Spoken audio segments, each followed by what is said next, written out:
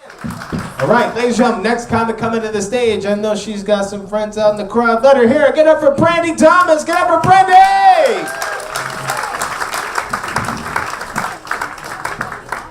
What's going on, guys? That was a nice little musical number for you. That was good. We recovered. We good? Yeah? Okay, cool. So pretty crazy. I found out this week that my older sister got recruited to run for Miss Texas. Not that good for her. Coincidentally, I just got recruited to be part of a clinical study for psoriasis medications. Yeah, thank you, whoever did that, thank you. We'll see who comes out on top, you know? That explains my entire childhood growing up. Does anyone else have hot siblings? Anyone? I got a couple. Okay, the rest of you just a room full of healthy self-esteem? Is that what's going on, yeah? Cool, fuck all of you, that's fine. When we were kids, people started, when she was like 10 years old, people started saying she looked like Jessica Simpson. So like, oh God, okay. So like, sex icon of the 90s, double D tits at the age of 10, you know. I, on the other hand, kind of looked more like a Jewish Honey Boo Boo.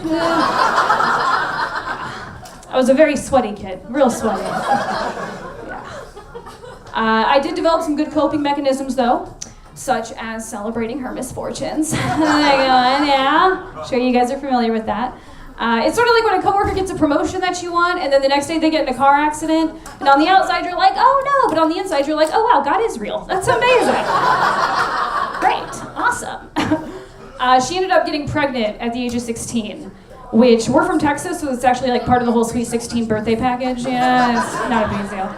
But at the time, my family was freaking out. They were talking about like an abortion and all this stuff. I, on the other hand, was like, oh no, pro-life, bring on those stretch marks. The baby weight. Oh my God, let's just throw the shit up on 16 and pregnant, you know? Which I did. I submitted my sister to 16 and pregnant. Turns out we weren't exactly on the same page with that, you know. I've been with the same guy for the past 7 years. Oh, thank you. I found love can make you do some really crazy things, you know. Marriage, for example. That's just one example. Now he's talking about wanting to have kids, and I'm just like, well, I'm not a psycho. Oh, God. I'm getting a lot of pressure from my mom, too. I'm sure some of you ladies in here can relate to this. She's now starting to bring it up, though, in unrelated conversations. You know what I'm saying? Yeah, you get that? The other day, I started complaining to her about my hips. She has my very wide hips. And she was like, well, honey, you just got to start putting them to good use, okay? Your body just wants to have babies. Yeah. I was like, no, Mom, my body wants to have little Debbies. That's the whole problem here, okay? Yeah. Oh, I don't want to do the whole kid thing. I am glad to be married, though. It's nice to not have to do the apps. You guys on the apps? We got some people who are probably on an app date right now. I can just select you out of the crowd, yeah. I personally photograph like an overweight, slightly transgender version of Owen Wilson, so wouldn't be getting too many swipes, that's all I'm saying, you know? I've got dangerously bad taste in men. And by dangerous, I mean that the guy I dated before my husband actually wound up having ties to ISIS. Yeah. Wish I was lying about that. Not lying. That is 100% true. Yeah. He got 82 months in prison, and he was so great. If he got 40, I might have stuck around, to be honest. I am completely honest. Which I know some of you might be thinking, like, where exactly do you meet someone who has ties to ISIS, right? They're not just like at a bar, right? CrossFit.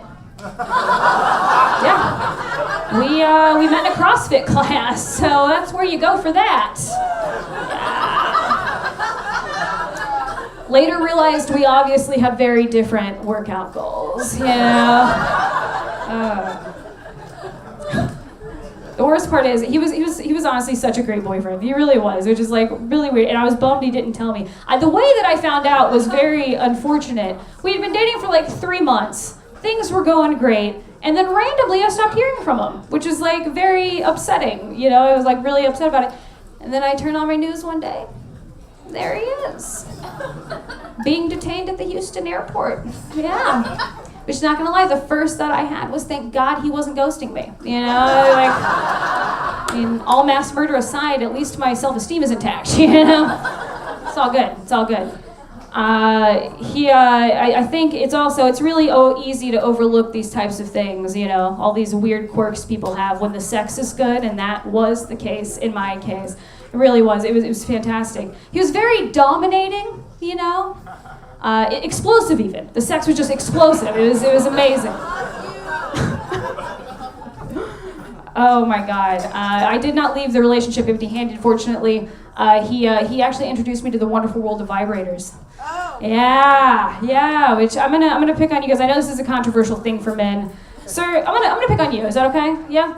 If you're having sex, your girlfriend wants to use a vibrator, how are you gonna feel about that? You'll do it, right on. Nice, taking it for the ladies, nice. I do feel like at this point, in this day and age, if your girl wants to use a vibrator during sex and you don't let her, that's sort of like trying to light a fire the old-fashioned way, you know? Right? Like you could either use the technology we have or you could just sit there jabbing a dry stick into the ground. That's all I'm saying, all right? All right, guys, you've been great. Thank you so much. Have a good night.